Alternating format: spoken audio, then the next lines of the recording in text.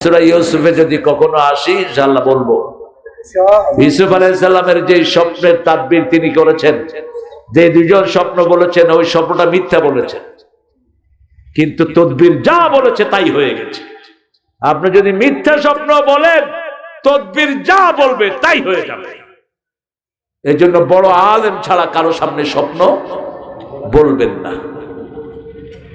ইসমাইল আলাইহিস সালাম কার কাছে বলেছেন স্বপ্ন? কার কাছে? ইউসুফ আলাইহিস সালাম কার কাছে বলেছেন? বাপ কি? বাপ কি? নবী। আবার ইব্রাহিম আলাইহিস সালাম কার কাছে বলেছেন? ছেলে কি? নবী। সুবহানাল্লাহ কইতে ইচ্ছা হয় না? ইব্রাহিম আলাইহিস সালামের ছেলে কয়জন ছিল? কয়জন? 2 জন। 12 জন। 12 জনের মধ্যে মাত্র 2 জন নবী হয়েছে, ইসমাইল এবং ইসহাক। বাকি কেউ নবী হন নাই। যেমন ইয়াকুব আলাইহিস সালামের কয়জন নবী হয়েছেন? 1 জন, ইউসুফ আলাইহিস সালাম। ইয়া সাফা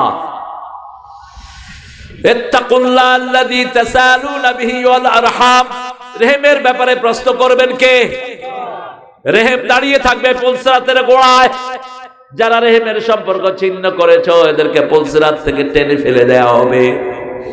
জালেমের ওই পুলসিরাতের গোড়ায় তার জুলুম বসে থাকবে। আয-যুলমু যুলমাতুন ইয়াউমাল কিয়ামা। রাসূল বলেছেন ইত্তাকিযুল, জুলুম থেকে বাঁচো, কারো উপর জুলুম করবেন না। বিবিকে খেতে দেয় না, জুলুম করে, ঠিক তবে ঠিক।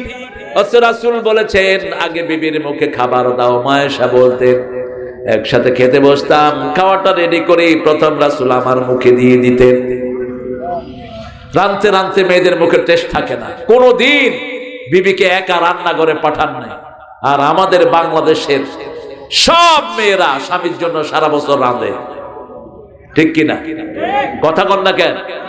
আর নোয়াখালীর মাইয়েরা বোধহয় রাঁধে না, বেশি রাঁধে। জামাই কি খাবে, কি রুচিতে কুলায়, এগুলো সুন্দর করে রেডি করে আনে। আপনি কয়দিন বিবির কাপড় ধুইছেন? আপনার কাপড় তো বিবি রেগুলার ধোয়। রাসূলের কাপড় কে ধুইতেন? কথা কন না কেন? কে ধুইতেন?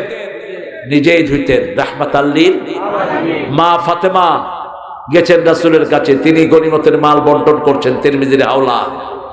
মা ফাতেমা গেলেই রাসূল অ্যাটেনশনে নিতেন। মা ফাতেমা ঘুরে আসলেন, রাসূল ঘরে আসলেন। মা তুমি গিয়েছিলে আমার সাথে দেখা করতে, মানুষের কারণে কথা বলতে পারো নাই।